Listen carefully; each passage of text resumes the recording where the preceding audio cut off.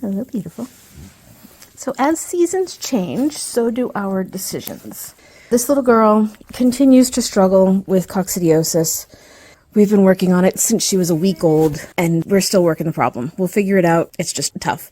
So during the winter time, when her bum would get all gross from the coccidiosis, I really didn't do much because it wasn't sticking to her skin, so it wasn't causing irritation or infection on the skin.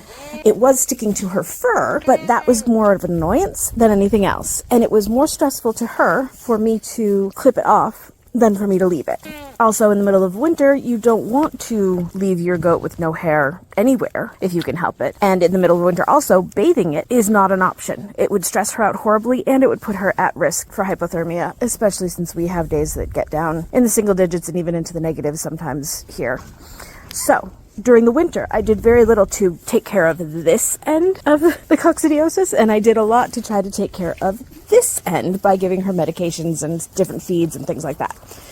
Now that we are at a warmer time of year, we actually really need to worry about how runny poop sticking to her hind end will affect her health. If it doesn't stick to her skin again, then that's great. That means that we won't have to worry about rashes or anything like that.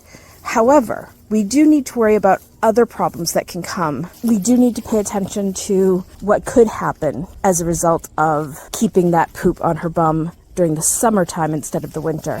So because of the changes that will come along, which I am going to make a video about fly strike and how challenging it can be sometimes, we need to watch out for fly strike. We need to watch out for anything that would cause infection, irritation, everything like that.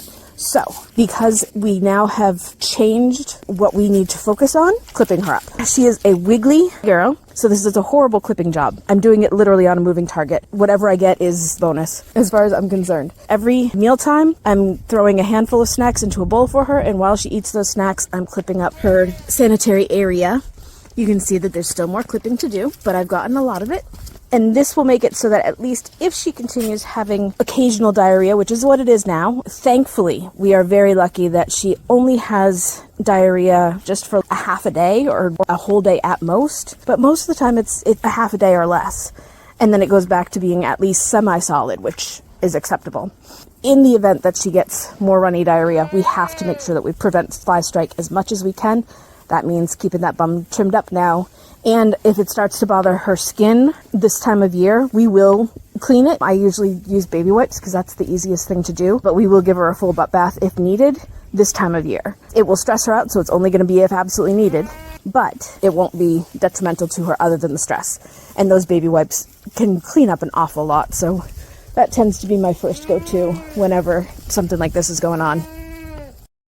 Join us on Twitch to see the goats live.